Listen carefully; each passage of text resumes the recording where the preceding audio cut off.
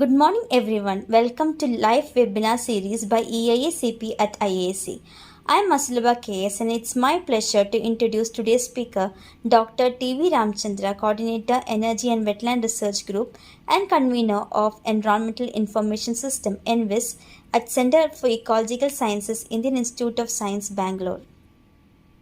His expertise is in environmental sciences, energy, renewable energy, integrated energy planning, conservation of terrestrial and aquatic ecosystem, biodiversity, ecology, hydrology linkages, ecological modeling, wetlands, soil and water pollution, bioremediation, and municipal solid waste management. Dr. T.V. Ramchandra and his team, which includes Bharat Setturu, Vinay S., MD Subhash Chandran, Abhishek Baghel and Bharat H. Aital have recently launched Ghats DSS, Western Ghats Spatial Decision Support System. Today, TVSR will be speaking to us about the importance, protection and conservation of Western Ghats and introduce recently launched WGSDSS or Western Ghats Spatial Decision Support System. Good morning to everyone. On behalf of IISC EISCP, that is Environmental Information, Awareness, Capacity Building and Livelihood Program Center at Indian Institute of Science, I am presenting the Western Ghats Spatial Decision Support System. We have designed this the decision support system especially to help the decision makers at a decentralized level for a good governance, so that the sustainable management of natural resources happens in the system, so that everyone gets the water and the clean air and the environment in the Western Ghats. Now, the concept of the Western Ghats the decision support system was conceptualized and designed based on the 25 years or 30 years of ecological research what we have carried out at the Western Ghats, and also the ongoing activities in the Western Ghats, and taking advantages of the geoinformatics and the latest technologies like artificial intelligence and machine learning. So this the decision support system has the spatial data with attribute information, and the user can visualize the ecologically sensitive regions at the village level or at the grid level.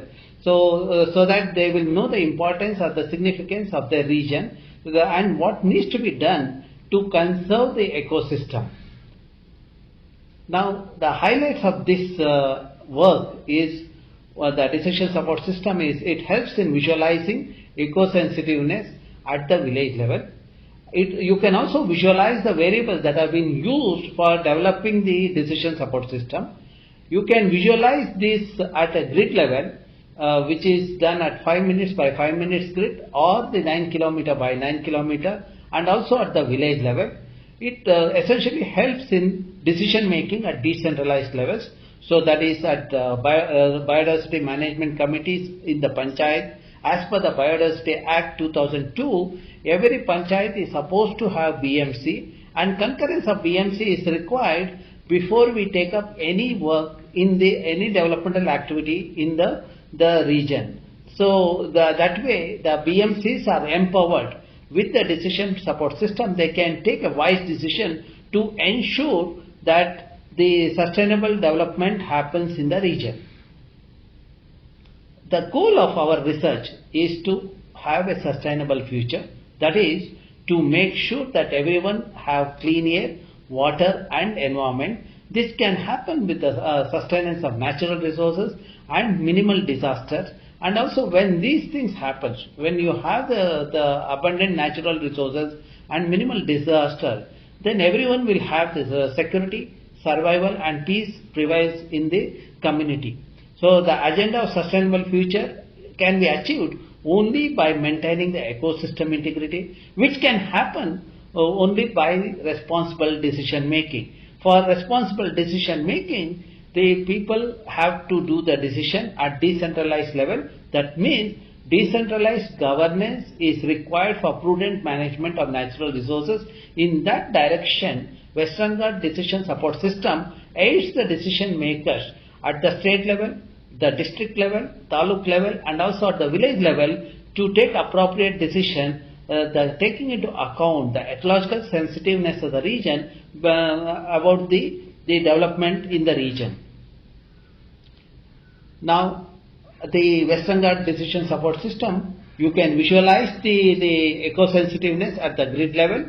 So there are broadly the 4 levels: ESR1, ESR2, ESR3, ESR4, and you can also visualize these levels of eco-sensitiveness at the state level, district level, taluk level and village level, and also all the associated data what has been used to develop the decision support system also you can visualize.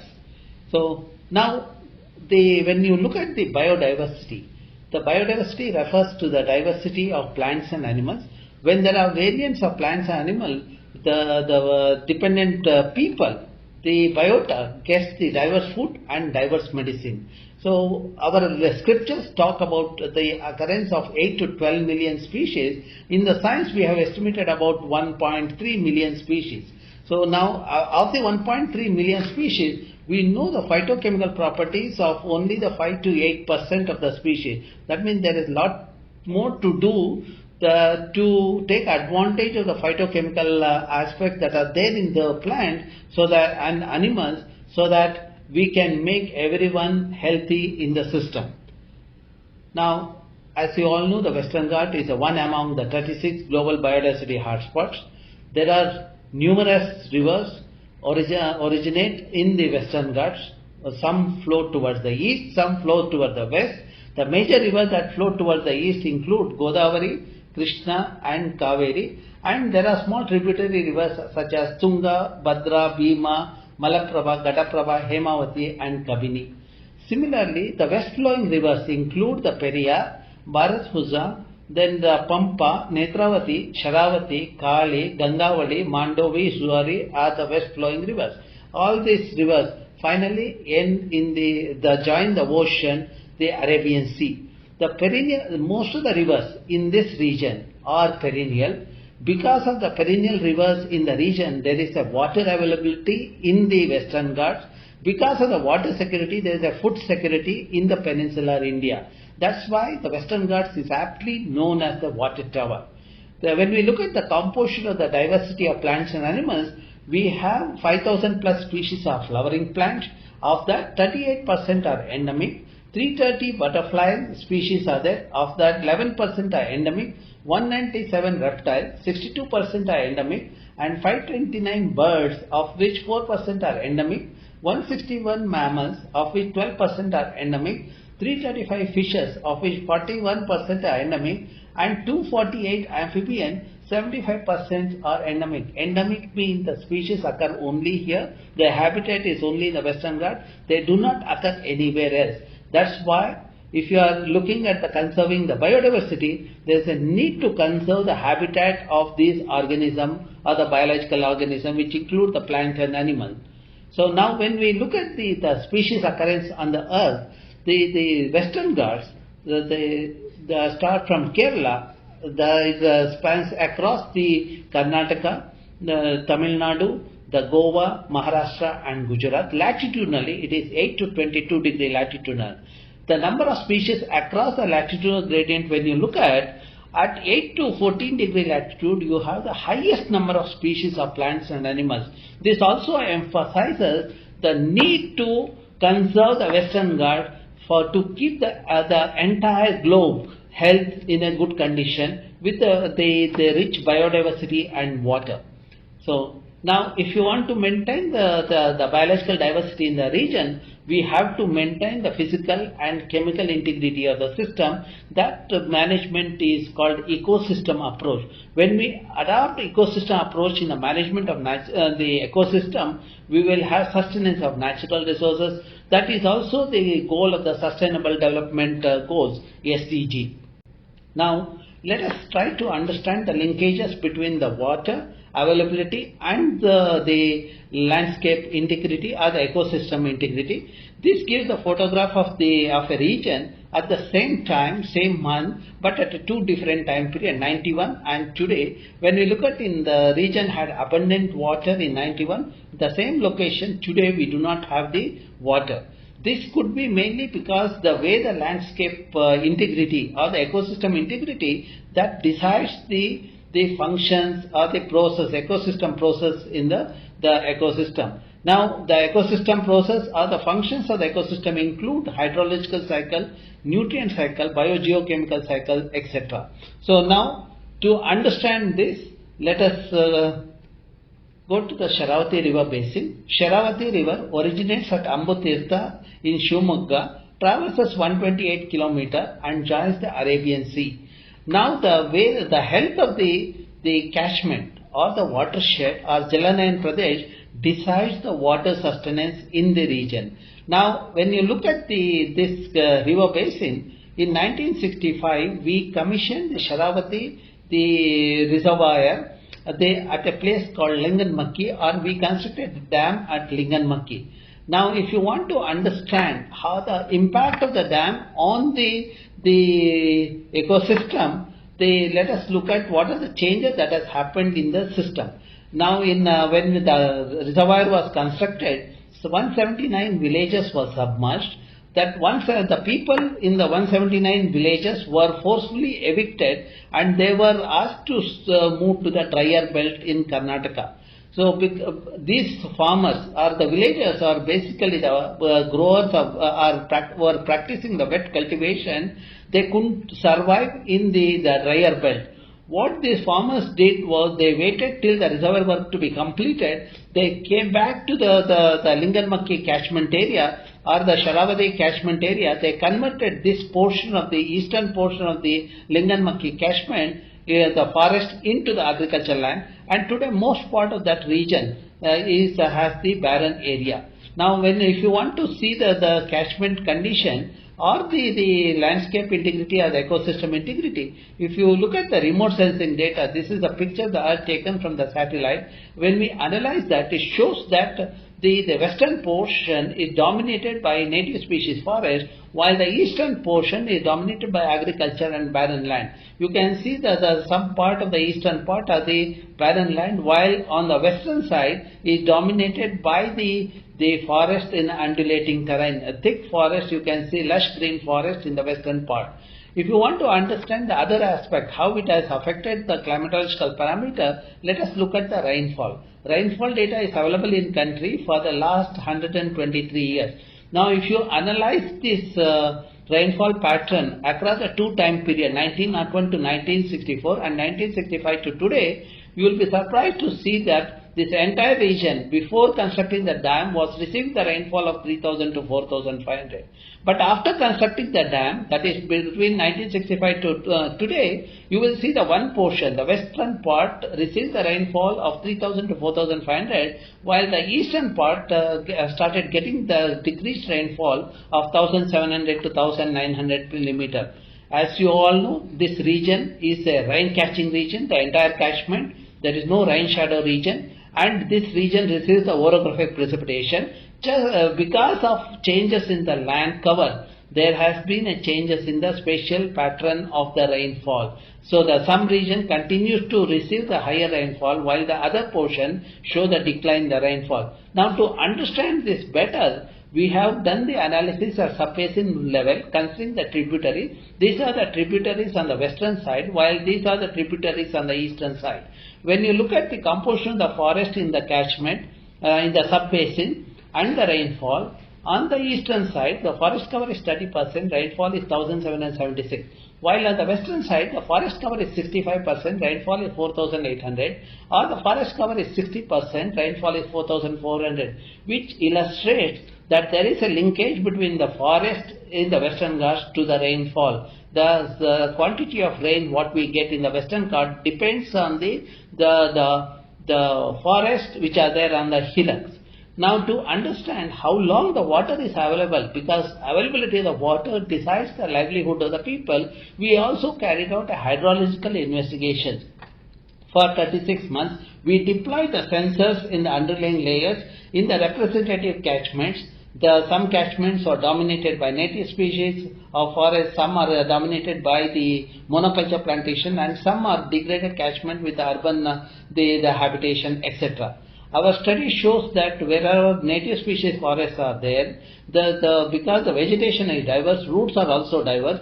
Because of that, the soil microbes which are in the soil, they are also diverse and they are abundant. Because of the diverse microbe in the soil becomes the porous or permeable, which is also evident from the lower bulk density. When it rains, because of the porous the situation, the water infiltrates, it fills this zone, which is a saturated zone or the groundwater zone. After saturation of the saturated zone, you will see the Vado zone get filled. Then after saturation of the Vado zone, we will see the water flowing in the streams or rivers during the monsoon. This river basin receives the rainfall during the monsoon of 4 months. After monsoon, the water stored in this region, the water zone, moves laterally to the river or stream. That's how the next 4 months water is available. During summer, the water stored in the groundwater zone moves to the river or stream for the next 4 months. That's how wherever native species forests are there, we have the water for 12 months in the rivers or stream. When the native species forests are replaced with the monoculture plantation, because there is not enough the infiltration happens, there is a availability of water only 6 to 8 months. So now when the monoculture plantations are there, because the leaves are similar, the degradation rate is lower. So that's where, since they form a thick layer, only a small part of the water gets into the underlying layer. But if the catchment is dominated by the human habitation or the urban area, none of the water gets into the thing, and there is only the water available in the stream during the monsoon. Depending on the availability of the water, we have graded the streams as A, B, C, D. A are the stream carry the water for 12 months. B are the one carry the water for 8 months. C are the one carry the water for 6 months. D are the one carry the water for 4 months. When you look at the A type of streams, it occurs when the catchments are dominated by the native species forest. When we convert the native species forest into monoculture plantation, we will have either 8 to 6 months of water or B to or C type of stream. When we degrade the catchment with the forest cover less than 30%, we will have water only during the monsoon. Now, if you look at the amount of water that get infiltrated, wherever forests are there, about 55 to 60% of the rainwater get infiltrated during the monsoon. That is the water. The infiltrated water is available throughout the year during the post-monsoon. Now, in the region where forests are now there are minimal, you see that the less amount of the water get infiltrated, about 20 to 22% of the rainfall gets infiltrated, which only suffices the water requirement of 4 to 6 months. We also did the budgeting of the water across the various sectors like agriculture, horticulture, the livestock, the domestic, and wherever forests are there, demand for water is higher, but there is a sufficient water in the region. The supply of water is much higher than the demand. There is no scarcity of water. Wherever forests are degraded, you see the demand is there, but there is no sufficient resources to meet the demand. Now, to summarize what I said so far, these are the locations where the 12 months of water is available. Green are the one where 8 months is available. The yellow are 6 months, and blue are the one where only the 4 months water is available. Now, if you superimpose the land cover of the region, it shows that wherever contiguous native species of forests are there, water is available for 12 months. Wherever forests are fragmented, depending on the scale of fragmentation, due to intrusion of the monoculture plantation, we have 8 to 6 months of water availability. Wherever in the catchment the forest cover is less than 30%, we have the water availability only during the 4 months. So the water availability decides the livelihood of the people. The farmers in this region, if they earn 1,54,000 rupees per hectare per year, farmers in this region, they earn only 32,000 rupees per hectare per year. That's mainly because farmers in the region where 12 months water is available, they grow the cash crop or multiple crop. While the farmers in the region where the scarcity of water, they can grow only one crop. Another important aspect that has come out from our ecological research is the presence of pollinators. Pollinators are abundant and diverse in the region where the contiguous native species forests are there. Whereas in the region where they are dominated by the monoculture plantation or the degraded catchment, where there are fewer numbers of the pollinators. Pollinators, when they are abundant, pollination become efficient, and that also the yield of the crop that gets reflected in the yield of the crop. For example, the paddy yield, if it is 12 to 18 quintal per acre in this region, whereas the paddy yield in this region is only 6 to 8 quintal per acre. Now the government of India, our Prime Minister wants to double the income of the farmers. Now if he is really keen on doubling the income, my suggestion is to maintain the integrity of the ecosystem. Automatically we will have the water for 12 months, people can grow multiple crop, and also since the pollinators are abundant, the yield of the crop is almost twice this one in the region, other region. So that's how in a place where the degraded catchment is there, the yield is only 6 to 8 quintal per acre. Whereas in another, where the forests are the intact, continuous forests are there, the yield is about 12 to 18 quintal per acre. This is the model to be replicated throughout the country. The country has 65% agrarian ecosystem. The majority of our population depends on the agriculture for livelihood. Sustaining their livelihood through the maintaining the ecosystem integrity is very important and crucial for a country. For us, when we do that, when the agriculture sector prospers, naturally the country or the GDP also will go up by many fold. So now, to understand the linkages with the biodiversity, we also did the mapping of the mammals in the region. You will see the mammals spread in the region wherever the water is available throughout the year. Wherever water scarcity is there, only the two-legged animals are there. Now, to understand the importance of the biodiversity to the humans, we also come across the two species of the fish, Sistura nagodiensis and Sistura sharavatiensis. These we described for the first time, and these have also the medicinal properties. Now, if you might think that the fish which has a medicinal property, if you bring it to the lab in Bangalore, you can culture it and you can become a prosperer. But unfortunately, these animals, when they are brought to the lab, they didn't have their medicinal properties. So that's where it has to be cultured in its the habitat. For the fish to survive in its habitat, water has to be there 12 months. For water to be there for 12 months, the surrounding catchment area of the stream should have the native species of forest. So this highlights the linkage between the terrestrial biodiversity with the aquatic biodiversity. Now, if you want to understand the implication of the water scarcity, how the animal get adapted to a situation, let us take an example of a frog. The frog is also known as amphibians because they have two stages in their life cycle. First stage is a juvenile stage, wherein the tadpole stage, which happens in the aquatic system. The next stage, the adult stage, is on the land. So now suppose if there is no water, then the tadpole stage cannot happen, the frog cannot survive. In such a situation of the water scarce situation, the frogs have learned or adapted to such a situation. We can learn from the Philatus leucorinus. Our observation, ecological observation, shows that on 14 days of the fertilization of the egg, we saw the younger ones emerging out.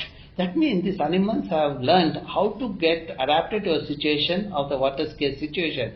Now with the warming of the earth, changes in climate is happening, then we are bound to face a situation with a severe water scarcity. With the water scarcity on the earth, no humans can survive. Only these animals, these organisms, they know how to get adapted to a situation and they will survive. Now, understanding the importance and the linkages between the forest, native species forest, and the water availability, our elders protected a patch of forest in the Western Ghats. They designated those patch of forest as sacred forest, or sacred khans, or sacred groves. So now, if you look at Lord Shiva, Lord Shiva symbolizes the earth, and the head symbolizes the forest and the earth. As long as there is the hair on the head or the forest on the earth, you will see abundant water flowing from the system.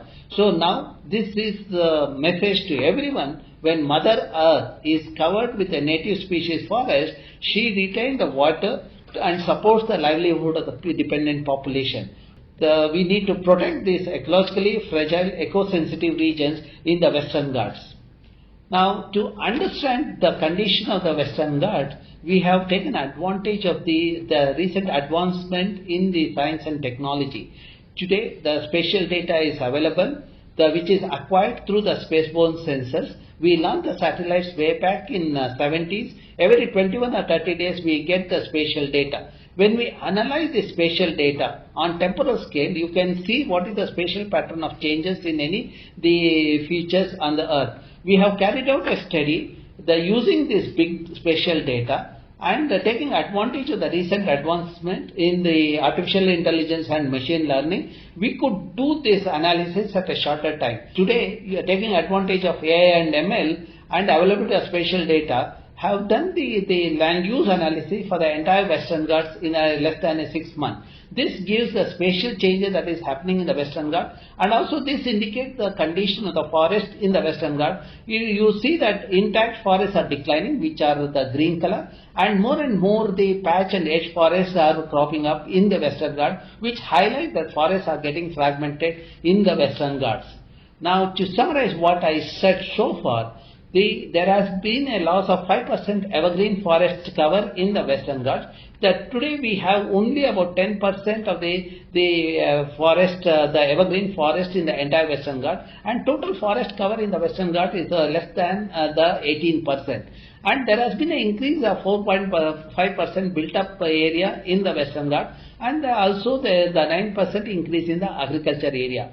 And the fragmentation analysis, which reveals the condition of the forest, shows that of the 10% evergreen forest or the deciduous forest, the only 25% of that is a contiguous. So that means there is a decline in the condition of the forest also due to fragmentation, which are because of the encroachment and unplanned the developmental activity like setting up the paper industry or such industries within the dense forest region.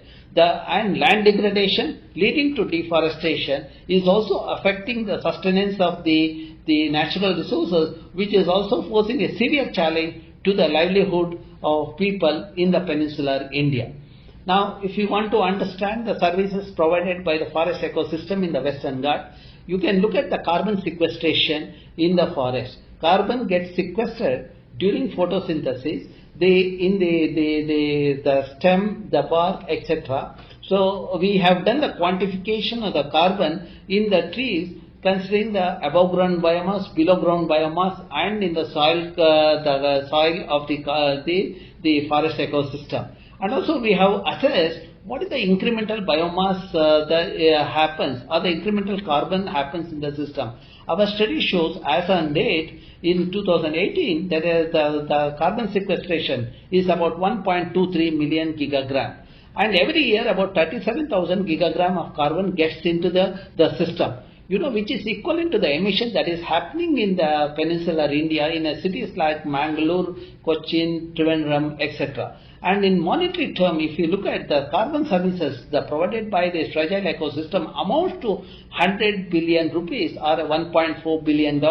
This kind of analysis also help us to put forward the idea of conservation at the global front. How much money the people in the globe have to invest in the Western Ghats, because the Western Ghats has been doing a human surveys to the nature by sequestering the carbon. These carbons which are stored in our forest are the carbon that were emitted by the industrialized countries. At that time, our country was not industrialized. There was not much emission. Now, this is the money that has to be paid by the global community for the conservation of our fragile ecosystems in the Western Ghats. We also visualized what is the likely scenario in 2031 using the cellular automata Markov process.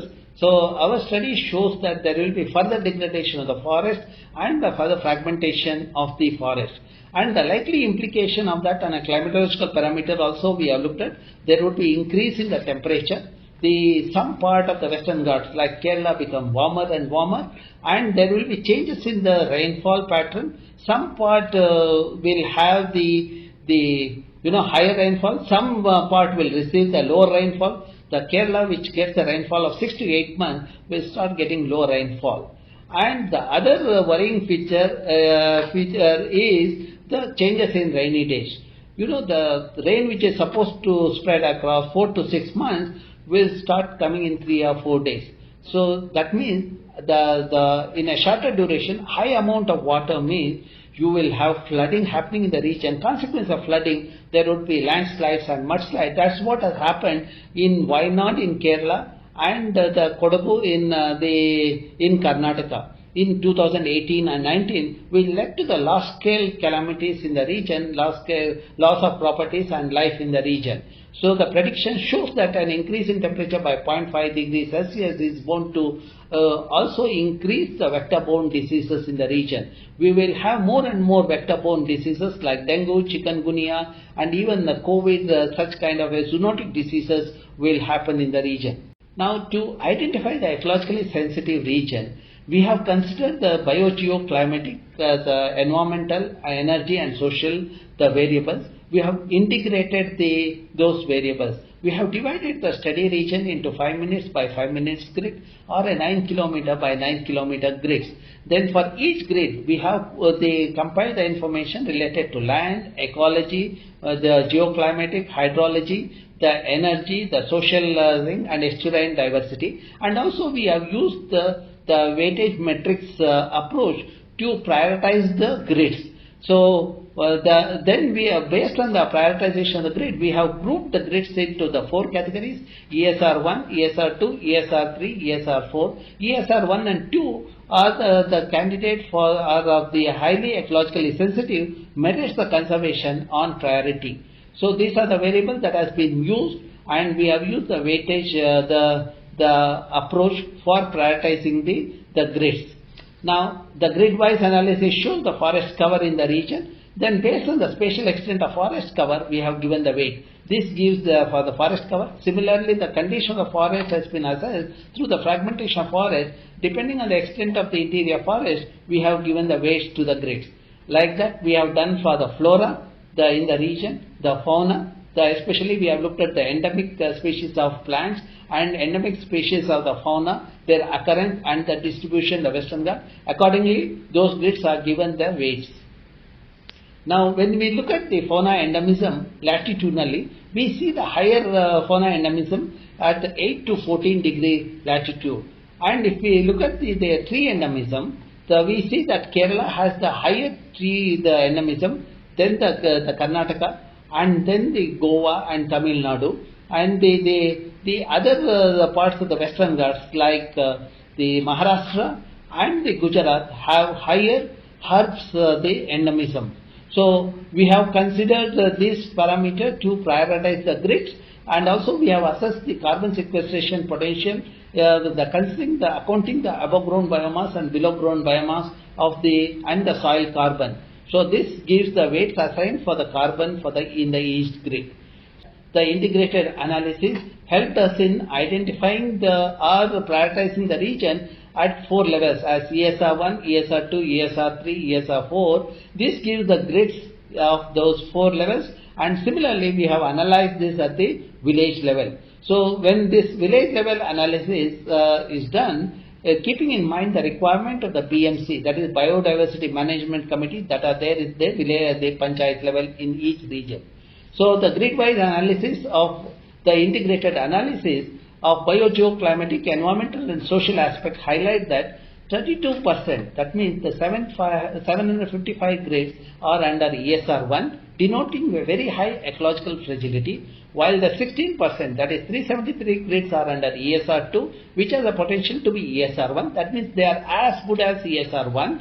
Then 34%, that is 789 grids and 18%, which are under 412 grids are under ESR3 and ESR4, respectively, with a moderate and least ecological fragility.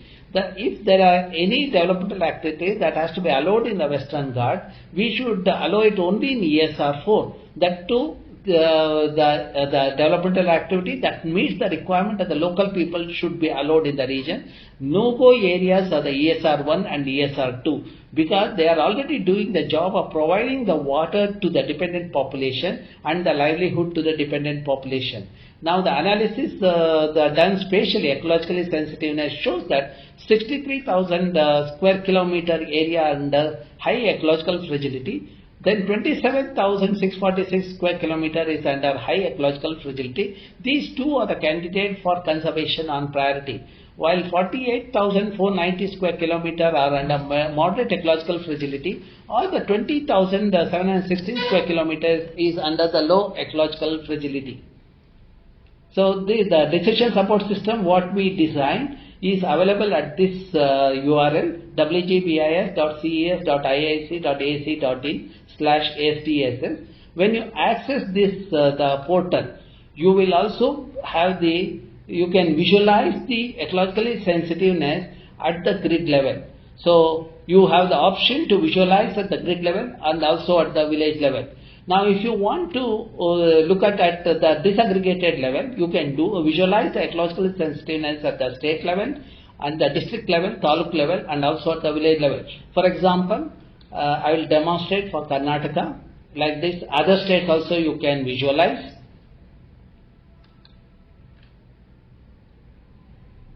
See, you will come to know which are the villages are ecologically sensitive.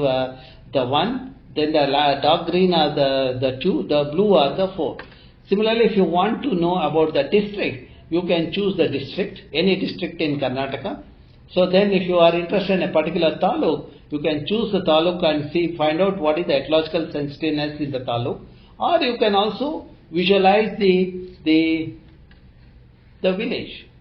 And if you click on that, you will get all the associated attribute information. You will come to know why that village is considered ecological sensitiveness, or what is the status of that village.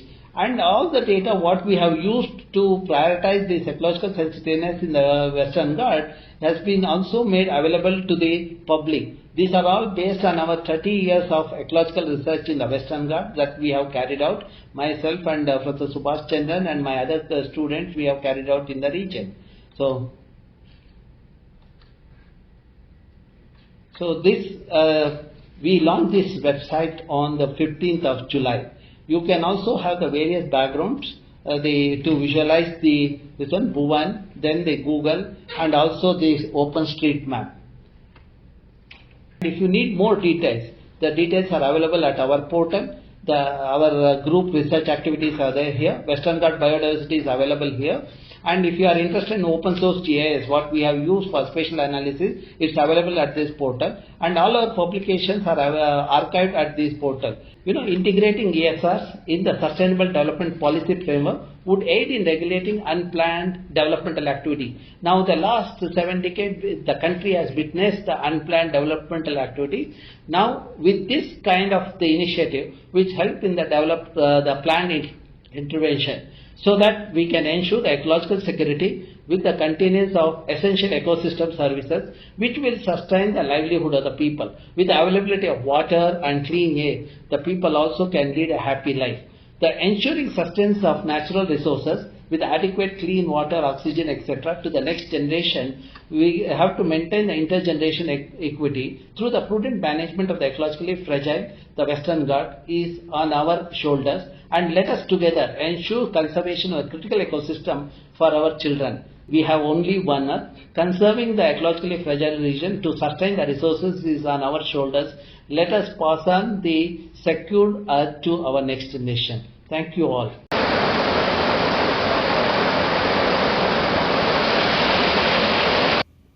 Ghats DSS, which is designed by integrating free and open source software like GeoServer, PostgreSQL, GeoTools, OpenLayers, and the integration of spatial information of Open Geosocial Consortium (OGC) standards, help to carry out multiple criteria analysis.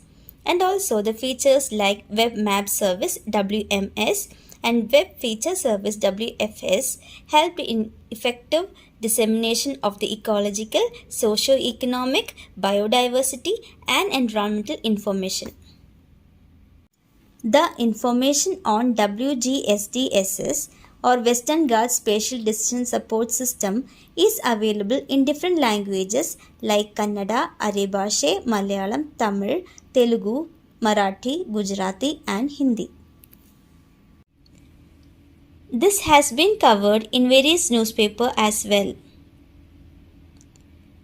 Thank you, sir, for giving us insights on Western Ghats and the WGSDSS.